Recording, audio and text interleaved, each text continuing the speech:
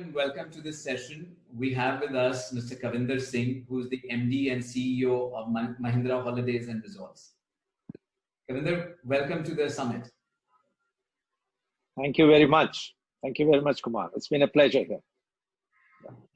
Kavinder, you are probably one of the few people who's leading an organization which is really bearing the brunt of the pandemic, the hospitality industry. And I'm sure you had to take several tough decisions in the last, 2 or 3 quarters. Tell us a little bit about how you've managed the crisis and what has been your thought process, especially around decision making. All right. So thank you, Kumar, for taking your time and asking me this question. And it's an honor and pleasure to share my views on the question that you have asked and few more that you will ask. So I think what happened for us, and like for everyone else, was definitely devastating and debilitating. One has never seen in his career of about 34 years, now, a situation which is as severe and as quick, okay? And it even doesn't dawn on you that, all the things that you have been doing come to a grinding halt. So as I was telling somewhere else that it is unprecedented in a different way. Of course, it is unprecedented. The way I see it is in the living memory of ours and even our parents or, of course, our children. We haven't seen anything like this. The last thing that we heard was about 100 years ago, about Spanish flu. So, nobody from that era is today there in our family to tell us how did they manage and how are we today. And by the way, today is a connected world. So it's another different level in terms of awareness and the issues surrounding it, both positive and negative. So what we did, we realized that at an organizational level, what is most important? And these are the times when you have to really look yourself up and say that in these times, what is most important? Obviously, survival comes the number one thought. How do we survive? And both at a personal level and at a professional level. Because, so what we did was, like everyone else, I think we were also very quick. Sometime around mid-March, we declared work from home, which is okay. But then you needed to shut down everything. We have resorts which are running. We had to take a quick decision in shutting down while ensuring the guest safety. So we didn't want a situation where we could be in the news for the wrong reason. And at the same time, we felt that what is our, responsibility to the society? And we went out and said that our resorts are available for quarantining purposes if necessary. That's something we felt was necessary when you look outside. If I look inside, taking care of employees, of course, taking care of guests at that time, because we are in people's business, became our number one priority. And then when we sat down and we said, what is it that we should really, how do we really bind ourselves together? There is a glue, the fact that we work in Mahindra Holidays, how do we really bind people together? So we came out with this idea called, let's have something called 5C. Obviously, it started with Corona, which is the big C. So from that C, what are the 5 Cs that we can do to remain glued together? And I'm very passionate about speaking about these 5 Cs because that has actually helped us more or less come out of the crisis. And I'm happy to share that as far as we are concerned, we are clocking 70% occupancies in November. So as far as we are concerned, we are back in the game. Nice. Okay. But let me share those 5 Cs. The first C is compassion. There's nothing that will beat compassion in these times, because this is the time the true character gets, sort of revealed. True. Are you compassionate towards your people, towards COVID warriors, which is where we said that we can offer them, and also can we buy those face shields and protective masks? Face shields were being made by Mahindra Group, so we said we will definitely be able to offer the face shields to the COVID warriors, which include police people as well as doctors. So that was then the need. So we remained compassionate in this company and also towards the outside world, because we believe, and this is a belief I have personally, and our leadership team also believes, that in the end, this too shall pass. Okay, but what will remain is how you reacted during that time. So happy to share that that compassion actually became a rallying cry for us. We actually created stories around compassion. Not only we will talk compassion, we have some 6,000 or 5,000 odd people, 5,500 odd people. Can they share their stories of compassion, act of compassion, however small? And then we popularized it through the emailers to everyone. The best stories, obviously, the one which are moving. The second one, we said, we need to remain restless, but creatively restless. All of us were restless. What do we do? What will happen? You know, will our jobs be safe? Has the world come to an end? So we said no. And this is something that I have learned, that we all are restless, but could we be creatively restless? There, you can have anxiety. That's one form of restlessness. The other form is creative restlessness. So I believe in harnessing the power of creative restlessness. People use the word innovation. I use the word creatively restless. Sure. Because innovation happens from restless people. It never happens from people who are, completely at peace. This is my personal view. True. And you need to be restless and you need to be creatively restless. So how do you really and use this creative restlessness? And this is the second C, to deal with this crisis, so that people remain focused on dealing with the crisis rather than getting into a zone of what can we do. Okay, that's a very difficult zone to then come out of. The third one we said is we have 260,000 members, in our business, and I will talk about that a little later. They also need some level of connect with our brand, because the brand is only alive if you remain connected with the customer. And they are our loyal customers. They're going to be with us for years.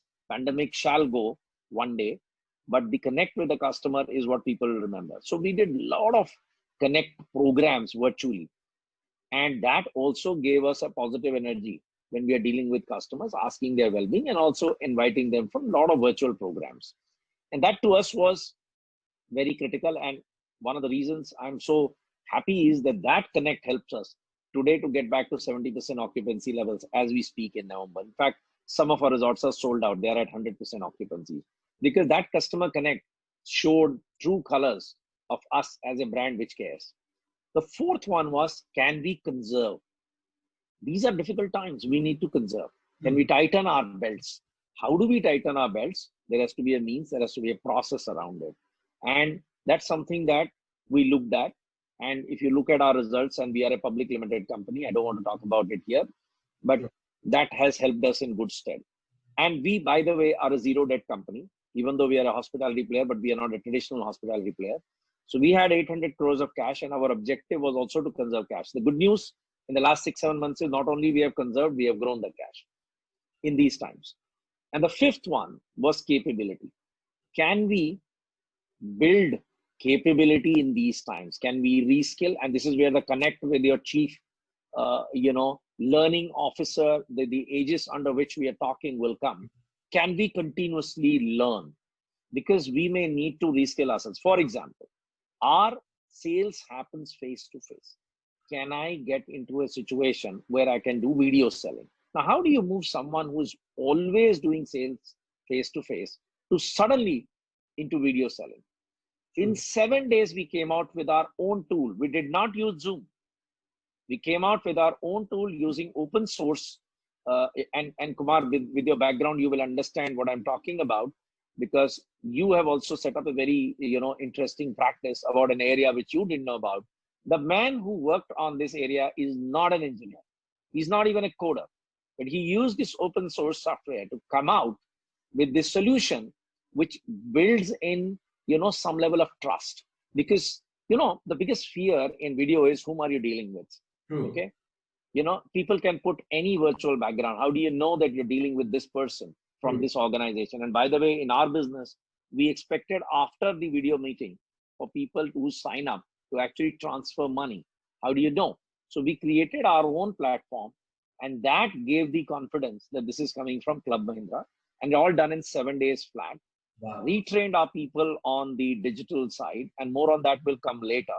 But for us, capabilities also included getting into contactless transactions at our resorts. While our resorts were shut over the 3 months, we did 3 things. We said there are 3 pillars which will get people to come back. One is safety and hygiene. Second, you can talk about safety and hygiene. How do you ensure safety and hygiene? It's a pillar by itself, and I'll talk to you why is it.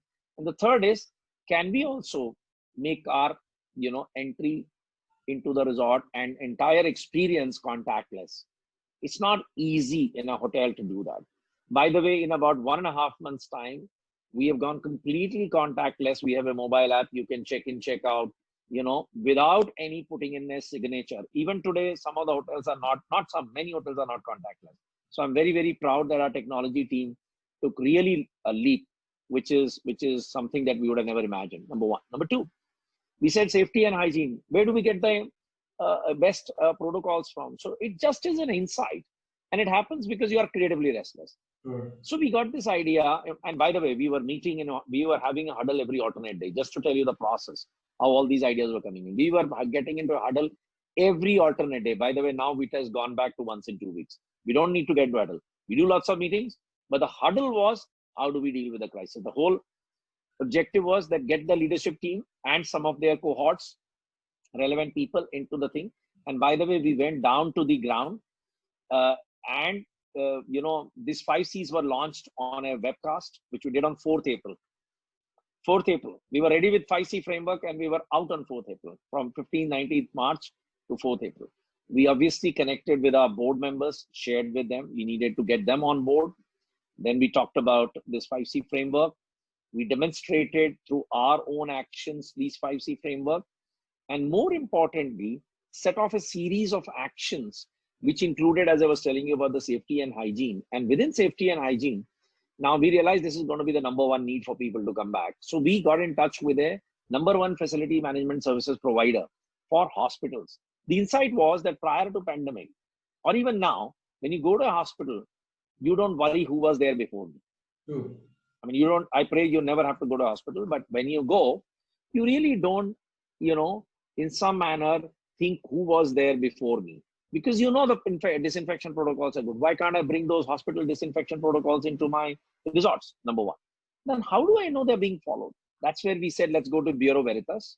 And in Bureau Veritas, they said that we have COVID safe protocols. We will ensure that you are, certified as COVID safe. We don't market it much, but we are Bureau Veritas certified. All our resorts are Bureau Veritas certified. In fact, they are platinum rated. So we said, this will give and then we started communication with our members. Number 3 was, we realized that resorts are perfect. Now, how do people come? We realized people will come driving. Can we create a travel with confidence campaign? Again, a pioneering campaign came out from our team, where we tied up with Mahindra First Choice Wheels to give you sanitization services. We tied up with the labs for getting the corona tested at home, because a lot of states had various requirements, because that was one dynamism that we had to deal with. And the third was that if you want any assistance on travel, which includes, taking a self-drive car through Zoom, because Mahindras have an investment in Zoom. So we basically looked at inspirations to create an ecosystem. And the idea was, can I create a bubble for any customer to leave from his home or her home, come to our resort, enjoy the safe stay, which is the branded program, which is contactless, et cetera, which I talked about, and then go back. Parallelly, the resorts had completely redefined the experiences. The resorts had made physical spaces, 2 meter, all those things was done. People were trained and retrained how to deal with the mask on. Now, you normally in hospitality smile. How do you show warmth? Through the facial expressions, through the twinkle in the eye rather than the smile. All those details were worked out, and that helped us to deal with this crisis. Happy news is that from June, when we started opening the resorts, we are now fully operational. In September, October, we have grown every year in our resort revenues, and members are happy, and we are getting so much positive testimonials. And one of the great feedback we got was, you may talk about your processes, procedures that you've done. We hear you, but we feel safe at Club Mahindra, which was the core objective that we started with. So in one line, it sums it all. We feel safe. That is what is leading to occupancy. That is what is leading to normalcy. Lots of lessons learned, but one big lesson: take people along with you on a rallying cry. Our rallying cry was 5 C's, which I talked about. Thank you so much, Kavinder. I think you've really spelled out in such great detail on that entire thought process, the actions, the way you went about it. Such tremendous learning, and not just for anybody in this sector, but any organization, whether private, public, or even an NGO, or even individuals, how they can rally their own families, rally their own community, and do the kind of things that you've done. Fantastic, and thank you so much for joining us. We've come to the end of the session, and it's been a real pleasure getting these insights and very in-depth sort of views from you. Thank you so much. Thank you.